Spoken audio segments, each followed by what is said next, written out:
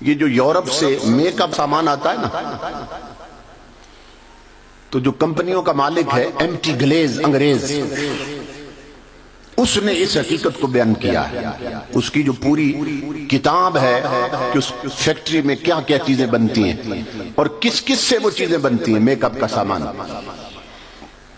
Professor Ahmad صقر ہیں Beirut میں، یہ غیرت مند مسلمان، انہیں پتا چلا تو انہوں نے پھر اس کو پوری دنیا میں پھیلایا کہ یہ ہو رہا ہے مسلمان قوم کے ساتھ۔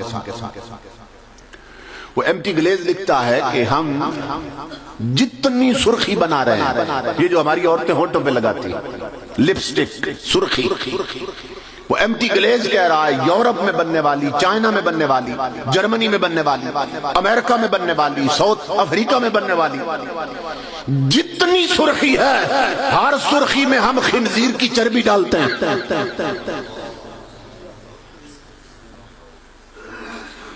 اور اس نے وجہ بتائی کیوں ڈالتے ہیں۔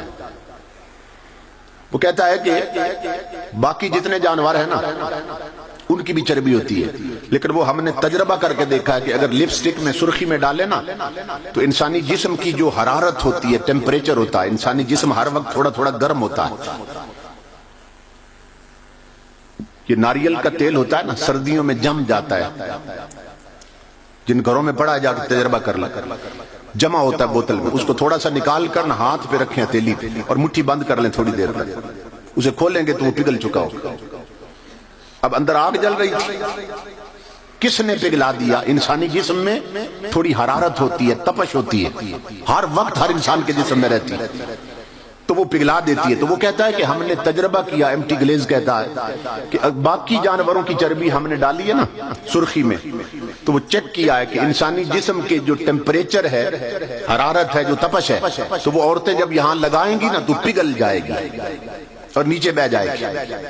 تو وہ کہتا ہے کہ ہم نے تجربہ کیا کہ خنزیر واحد وہ جانور ہے جس کی چربی انسانی جسم کی تپش پہ پگھلتی نہیں ہے، اس لیے ہم ہر سرخی میں ڈالتے ہیں۔ اب بات سمجھ آئی آپ؟ اور جن بہنوں کے بھائی اٹلی میں ہیں نا، فرانس میں ہیں، یورپ میں ہیں، مختلف ملکوں میں ہیں، تو یہاں سے بہنیں فون کرتی ہیں بھائیوں، بیویاں فون کرتی ہیں خامدوں، کہتی ہیں ہمارے لیے میک اپ کٹ وہاں سے لانی ہے، میک اپ کا سامان وہاں سے بھیجنا تو نے، اور وہ جہاں سے آ رہا ہے وہ بنانے والے بتا رہے ہیں کہ ہم ہر سرخی میں خنزیر کی چربی ڈالتے ہیں۔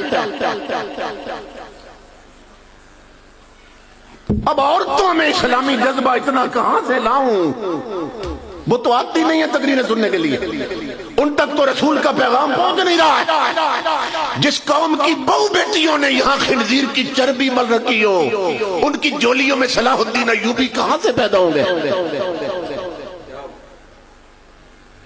ان کی جولیوں میں مجاہد کہاں سے آئیں گے؟ ان کی جولیوں میں مصطفیٰ کے دیوانے کہاں سے آئیں گے؟ جن ماؤں نے یہاں خنزیر کی چربی مل رکھی ہو، ان کی اٹھی ہوئی، ان کے اٹھے ہوئے ہاتھ اور ان کی مانگی ہوئی دعائیں قبول کیسے ہوں گی؟ ایک یہ کھیل کھیلا جا رہا ہے ہماری نسلوں کے ساتھ، دوسرا یہ کے ایف سی ہے، یہ میک ڈونلڈز ہے۔ پنڈی میں بڑے بڑے شہروں میں یہودیوں کی کمپنی ہے جنہوں نے یہ بنا رکھے ہیں، وہاں سے برگر ملتے ہیں، برگر، اور ہمارے بچے کیوں لگا ہوتا ہے، قطار لگی، ٹوکن پہ برگر ملتے ہیں اور بہت مہنگا دیتے ہیں، اس میں چکن ڈالتے ہیں، مرغے کا گوشت، برگر، اس کے ساتھ پھر پیپسی بھی دیتے ہیں۔ پنڈی میں جو میک ڈونلڈز بنا ہے نا، وہاں میں خود گیا، برمنگم کے ساتھ ہے، والسل انگلینڈ میں ایک شہر ہے، وہاں سے کچھ لوگ آئے تھے، ان کے بچے چونکہ عادی تھے وہاں کھانے، انہوں نے کہا جی ہم نے میک ڈونلڈز پہ جانا ہے۔ میں نے کہا چلو میں بھی چلتا ہوں، میں ذرا پتہ تو کروں کہ وہاں جو برگر میں مرغے کا گوشت ڈال رہے ہیں، یہ مرغا آ کہاں سے رہا ہے۔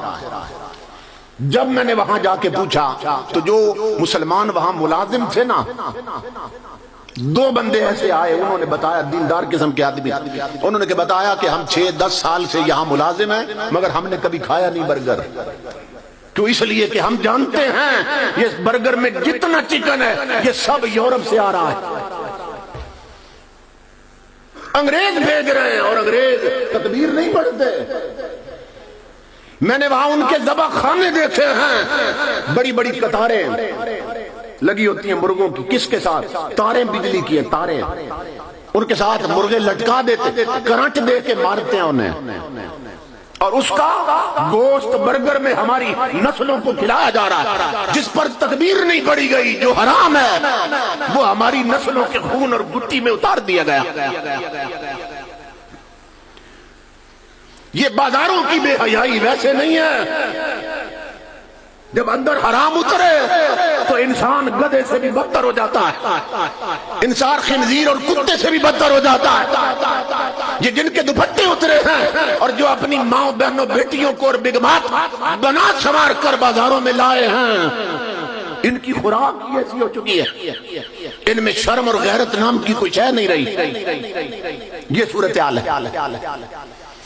15 صدیاں پہلے میرے آقا نے فرمایا تھا، امام الانبیاء نے فرمایا تھا، میری امت پہ وقت آنے والا ہے کہ اسے پرواہ ہی نہیں ہوگی حلال کر رہی ہے کہ حرام کر رہی ہے.